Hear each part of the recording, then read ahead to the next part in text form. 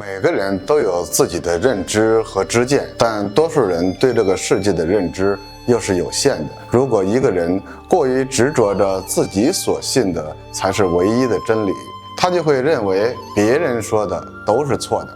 大家好，欢迎来到我的频道，我是心源。今天跟大家分享一个佛陀的故事。一天下午舍利弗和目犍连带着一个苦行者来见到佛陀，他叫帝迦罗揭。这位苦行者其实就是舍利弗的大伯。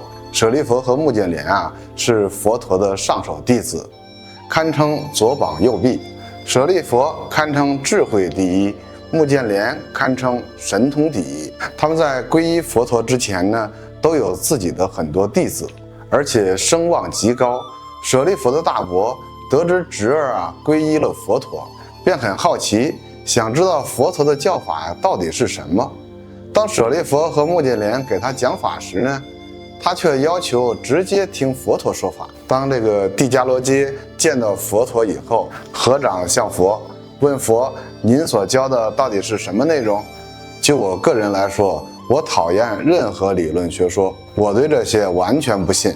佛陀微笑着问道：那你信不信你自己不相信任何理论学说的主义呢？你信不信不信主义呢？佛陀的提问有点出乎意料。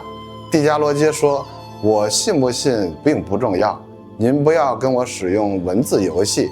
佛陀安详地说：一个人一旦被某种学说教条羁绊着，便立刻失去了全部的自由。如果一个人偏执着自己所信的才是唯一的真理，他便会认为所有其他的都是邪见。纷争和冲突全都是狭窄眼光和见解产生的，产生的纷争会无止境的放大，浪费宝贵的时间，甚至发生战争。对见解的执拗其实是精神上最大的障碍。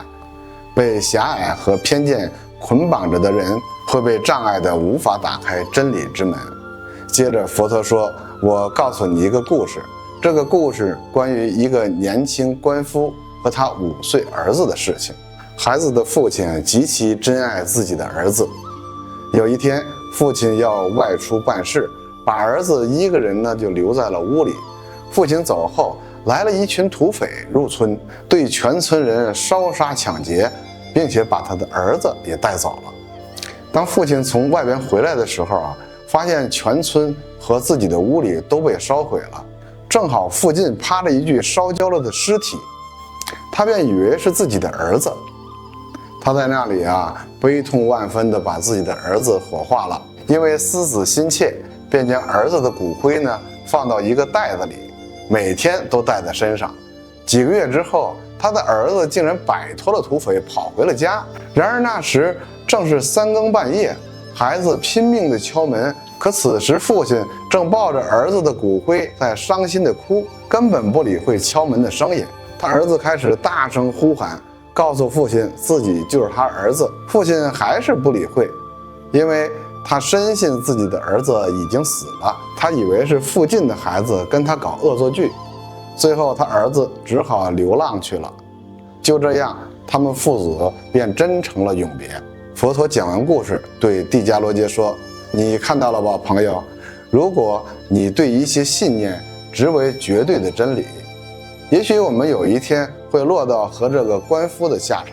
假如我们以为自己已经掌握了所有的真理，那真理真的来临时，我们便无法打开心扉接纳它了。帝迦罗揭问道：那你的教理又是如何？假如别人追随你教的，那他们是否也被困于狭见之内？佛陀说：我所教的并不是什么学说或哲理，它不是理论推断或思考上的遐想，它也不像那些哲学理论一样探讨宇宙基本元素地水火风或神，又或宇宙有限无限短暂还是永恒。一切思想上的对真理的揣测都像蚂蚁围着盆沿在绕行，永远都找不到任何方向。